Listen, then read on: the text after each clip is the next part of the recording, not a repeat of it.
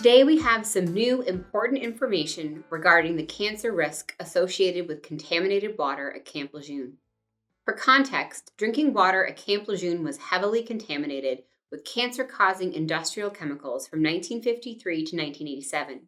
Service members and their families living on the base were unknowingly exposed to chemicals such as trichloroethylene or TCE, vinyl chloride, and benzene.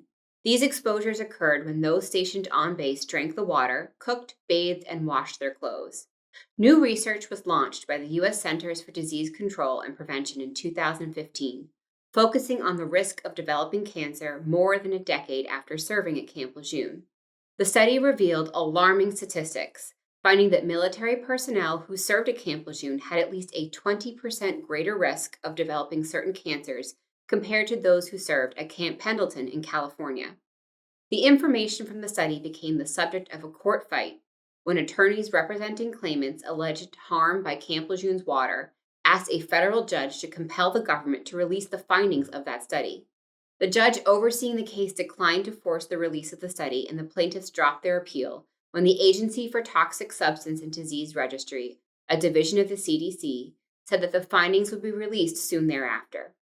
The study was finally released Wednesday, January 31, 2024.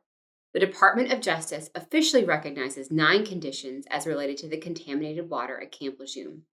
Those conditions are kidney cancer, liver cancer, non-Hodgkin lymphoma, leukemias, bladder cancer, multiple myeloma, Parkinson's disease, kidney disease, and systemic sclerosis. The new study has identified several other cancers that had not previously been linked to contamination.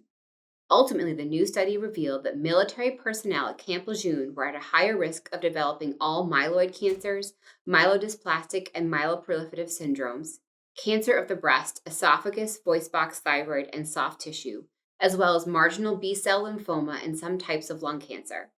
The study also indicated that risks were different for civilians. Those who worked or lived at Camp Lejeune had at least a 20% higher risk of all myeloid cancers, certain kinds of lung cancer, and female ductal breast cancer.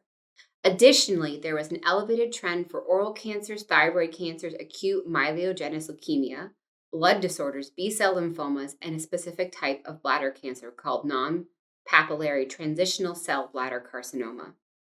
In terms of what this means for the veterans and civilians affected by the toxic water at Camp Lejeune, the study could potentially lead to an expanded list of conditions that claimants can file to receive compensation.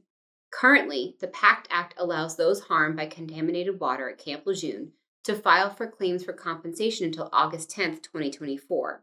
It's important to note that there's no deadline for filing for VA compensation due to disabilities resulting from exposure to toxic water at Camp Lejeune. Ultimately, this groundbreaking study serves as a crucial piece of evidence linking contaminated water at Camp Lejeune to an even wider range of cancers than were previously understood. This new data could also impact VA's presumptive policy for veterans exposed to contaminated water at Camp Lejeune by expanding the list of conditions eligible for presumptive service connection. It's too soon to know the exact impact of this study, but stay tuned for updates on Camp Lejeune and other VA disability information. Don't forget to subscribe to our channel, and thank you for watching.